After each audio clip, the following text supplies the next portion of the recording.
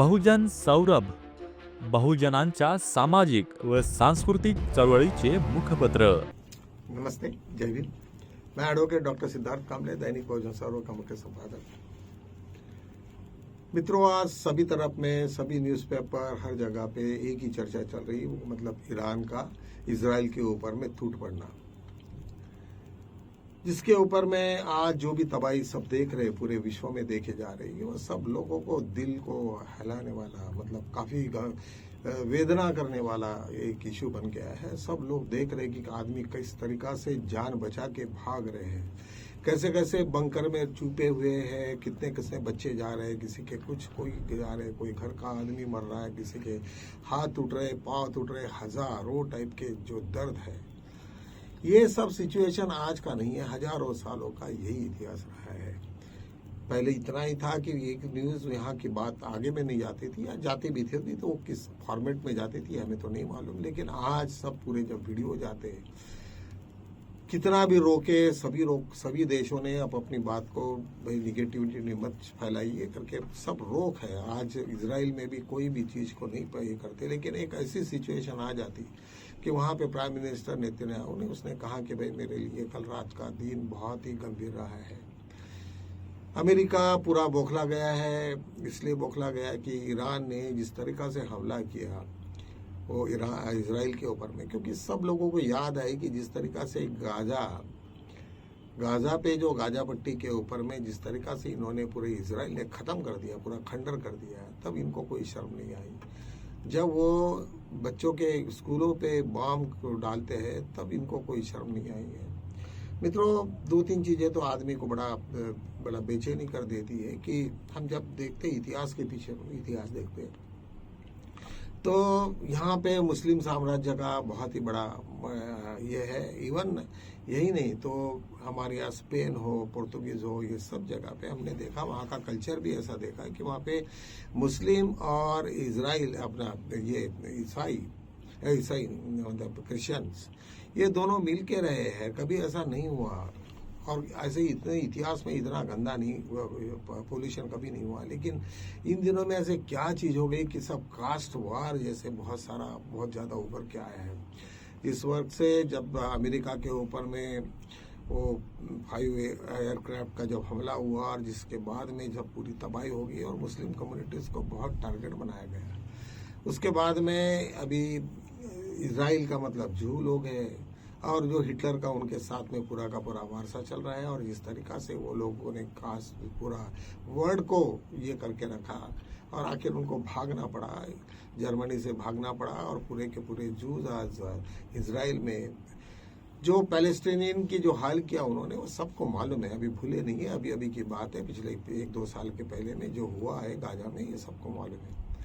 इसके पश्चात जब जिस तरीका से ईरान को उन्होंने तंग करना चालू कर दिया कि उनको लगता था कि भाई हमारी जो मोनोपोली है ऑयल के ऊपर में जो कब्जा है इंडिया को, सब लोगों को वो डिक्टेट करेंगे, और बार बार सभी को इसको, चाहे वो ग्रीनलैंड हो, उन्होंने कहा कि नहीं हमारा भी कब्जा रहेगा, फिर यूगोस्लाविया हो या बहुत सारे सभी यूरोपियन देशों के ऊपर में जो मनमानी करने का काम डोनाल्ड ट्रंप ने किया, इसके पहले ऐसा कभी नहीं हुआ। उन लोगों को नहीं लगा कि मैं इसका बॉस हूँ, मैं डॉन हूँ और तुमको सुनना पड़ेगा। इस तरीका से जब दादागिरी चली तो निश्चित रूप से सभी लोग आज शामिल हो गए कि ये डोनाल्ड ट्रंप को लंबा करो, इसके ऊपर में सब ही करो।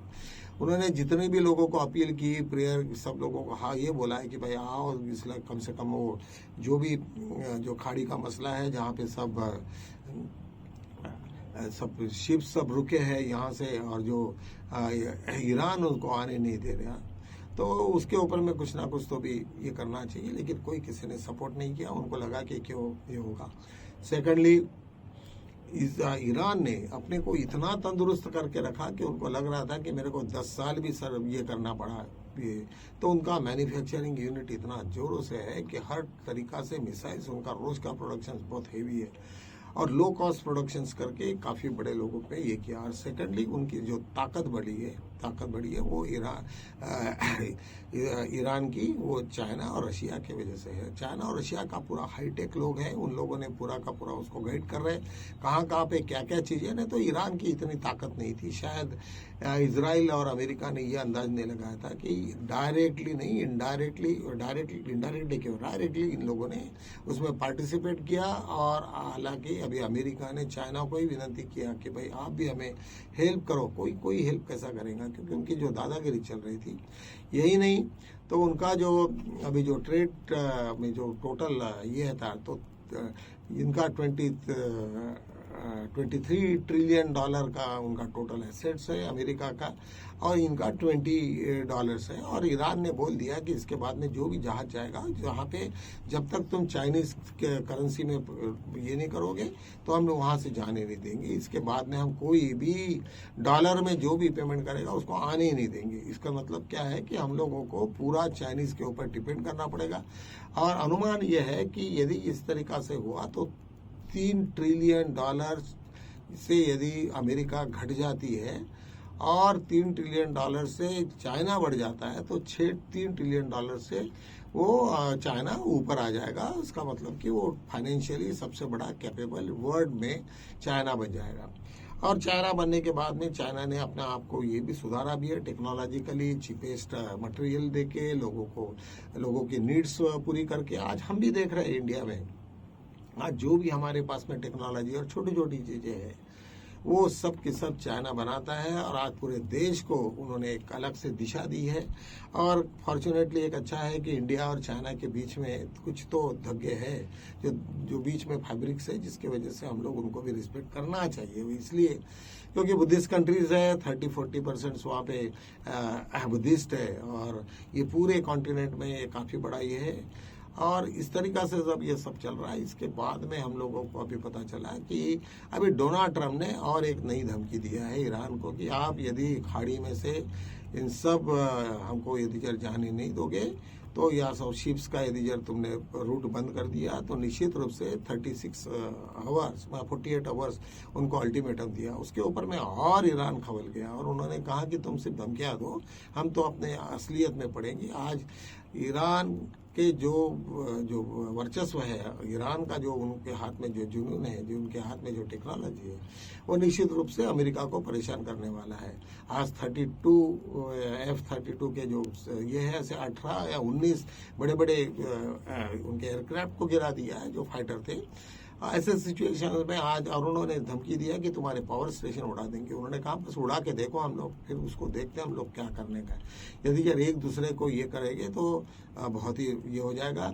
आज ईरान ने जब वहाँ पे असली जो ठिकाने था, डेमोनो करके एक शहर है, और उसके बाद में बहुत सारे और भी, एक तेल अबीब करके एक 2 शहर है, उनको तो पूरा का पूरा तबाही किया। लेकिन जहाँ न्यूक्लियर वेपन्स है वहाँ पे उन्होंने कहा कि आपके न्यूक्लियर वेपन को हम नहीं डिस्टर्ब कर रहे। यदि यार ये होते, क्योंकि आपका जो भी सर्किट है, यदि यार वो न्यूक्लियर वेपन को हमने वही एक्सप्लोजिव कर देते तो आपका पूरा का पूरा लोग मर जाते। तो उतनी गलती हम नहीं करेंगे। कम से कम इतनी इंसानियत ईरान ने रखी है, एक कल्चरली भी रखा है। और जितना वार अमेरिका और इजराइल कर रही है उसके ऊपर में उनका सिर्फ प्रत्युत्तर देने का करके आज ईरान ने किया है। पूरा जितने भी मीडिया है सभी लोगों ने ईरान के इस बात को उन्होंने सराहना की। उन्होंने कोई ज्यादा, आज वही न्यूक्लियर बम, यही न्यूक्लियर वेपन्स को उन्होंने उड़ा दिया होता और पूरा का पूरा स्फोट हो गया रहता तो पूरे विश्व में क्या हाल हो गए रहती। शायद सभी लोगों ने बोला रहता कि ईरान ने ये नहीं करना चाहिए था, लेकिन वो नहीं किया उन्होंने, और अपना संयम रखा। मुझे लगता है कि यही संयम उनको ये करेगा। अमेरिका तो डोनाल्ड ट्रम्प तो लुनेटिक होने का सब लोग दावा कर रहे हैं, सभी वर्ल्ड के सब लोग कह रहे हैं कि वो पागल हो गया है।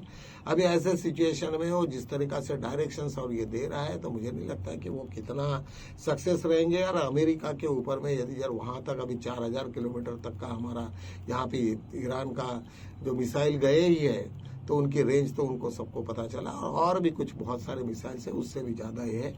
अभी नॉर्थ कोरिया में भी अभी तैयार हो गया कि उनके सामने अपने, वो तो पहले से ही तैयार बैठे हैं कि वो उन्होंने कहा कि मैं अमेरिका को ऐसे मिसाइल्स डालूंगा कि पूरा व्हाइट हाउस भी खराब बर्बाद कर देंगे, न्यूक्लियर वेपन से हम लोगों ने उसको ये करेंगे। ऐसे यदि यार इस तरीका से यदि यार इंडिकेशंस है तो पूरे विश्व में न्यूक्लियर वेपन्स का यदि यार हो जाता है तो ये देश, पूरा विश्व ये किस हालत में रहेगा और क्या रहेगा इसका अंदाजा किसी को नहीं है। सो मित्रों, ये सब सिचुएशन देखने के बाद हमें ऐसा लगता है कि ये बड़ा, आज हमें तथागत भगवान बुद्ध की याद आती है कि जिन्होंने बार बार कहा अपने पूरे पूरे लाइफ में कहा कि ये द्वेष से, हेट्रेड से कुछ भी नहीं मिलेगा।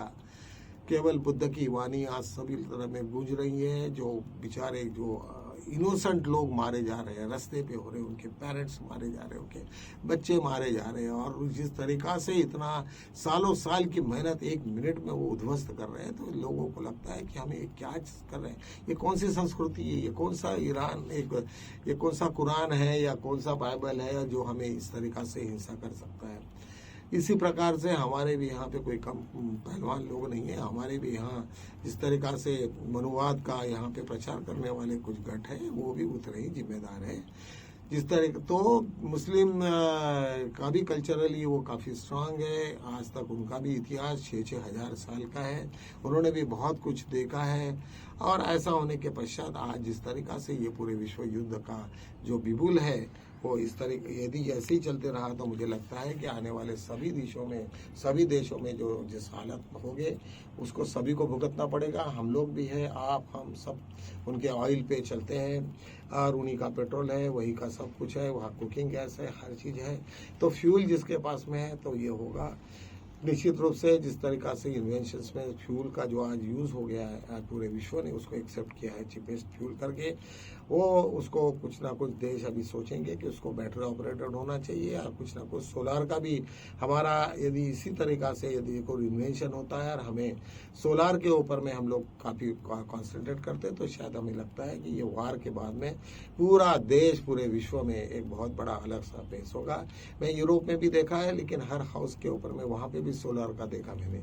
वहाँ पे कभी धूप नहीं होती, ऐसे भी वक्त सोलार चलते हैं और मॉडरेटली चलते हैं, तो निश्चित रूप से सभी को लगता है। लेकिन इंडिया में इस सोलार एनर्जी को जिस तरीका से उन्होंने हवा में बहाया, कोई मतलब नहीं रहा। इतने सालों तक हमें वो टेक्नोलॉजी अभी तक हम लोगों ने विकसित नहीं की, हमारे लिए बड़ी शर्म की बात है। निश्चित रूप से ये वार के बाद में कुछ ना कुछ तो भी इंडिया लेसन सीखेगा, और हम उसमें से अपने आप को कुछ ना कुछ सुधारने की कोशिश करेंगे। इन्हीं शब्दों के साथ में यही मैं विराम लूंगा।